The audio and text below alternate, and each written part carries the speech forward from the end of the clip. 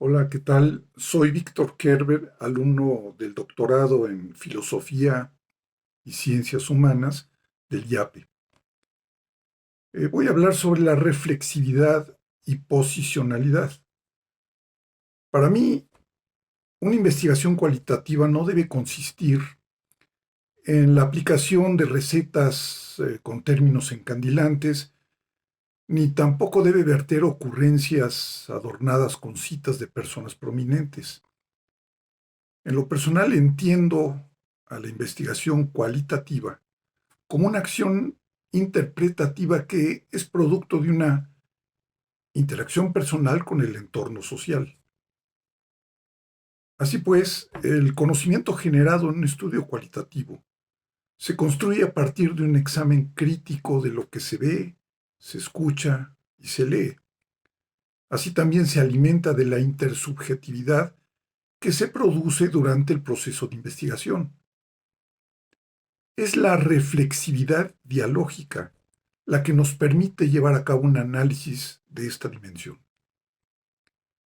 Lo primero que me saltó a la vista fue el término reflexividad, que al parecer proviene de la epistemología anglosajona. En inglés, reflectivity se distingue de reflexivity.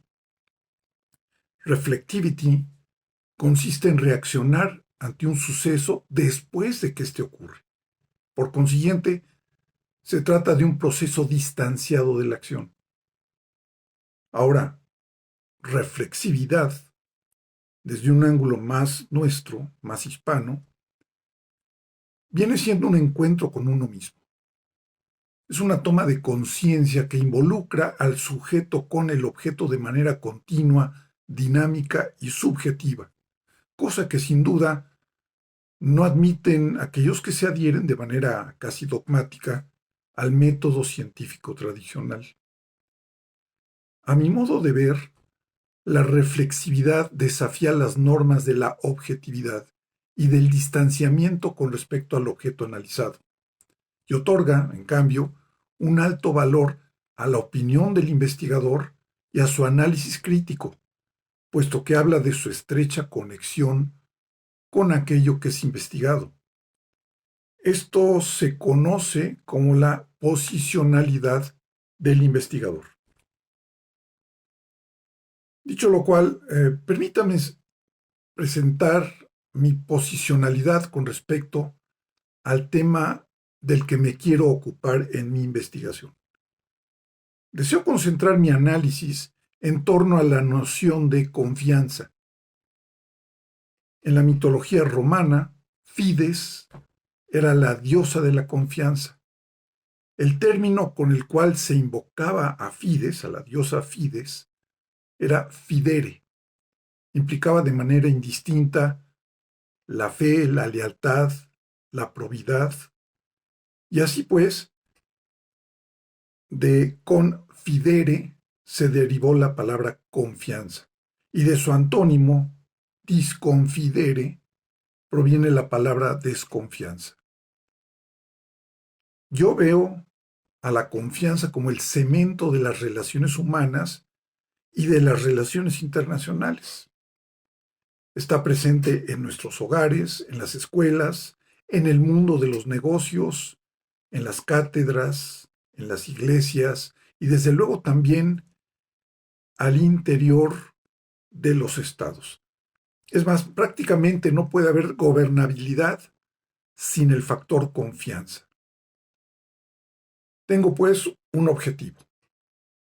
Deseo llevar a cabo una investigación arqueológica de un concepto sin el cual no sería posible la convivencia y la cooperación. En un acto de desconcentración con respecto a mi objetivo, me pregunto si por confianza entienden lo mismo los chinos, los estadounidenses o para el caso los pueblos musulmanes. Esta sería tal vez una de mis preguntas reflexivas, toda vez que mi formación como diplomático y como historiador me empuja a situarme en esa circunstancia. ¿Acaso podemos certificar que la confianza es un valor inofensivo? Nomás pensemos en cómo las arrogancias llevaron a los europeos a someter a los pueblos colonizados de África y Asia hasta el grado de hacer que éstos perdieran la confianza en sí mismos. Pensemos en cómo, bajo un voto de confianza, se ha encumbrado a líderes que luego terminan volcándose contra sus pueblos. O bien pensemos en cómo, en el nombre de Dios, o más precisamente de la confianza en Dios, se despertó, por ejemplo, la embestida yihadista en Irak, Irán, Afganistán, etc. Desde luego que la hermenéutica filosófica jugará un rol importante en mi abordaje del término. De hecho, pretendo aplicar las técnicas interpretativas a partir de tres saberes con devenires diferentes: el judio-cristianismo, el confucianismo y la visión anglosajona. Sembrar confianza empodera y contribuye al desarrollo del individuo y de su comunidad.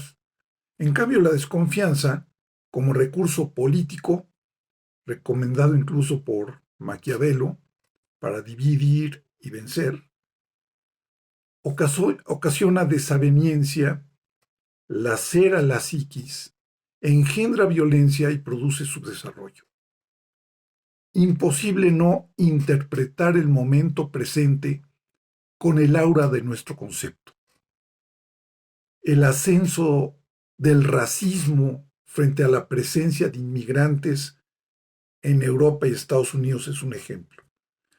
La espiritualización de la confianza frente a la pandemia del COVID, así como la retahíla de mitos propagados en torno a la enfermedad.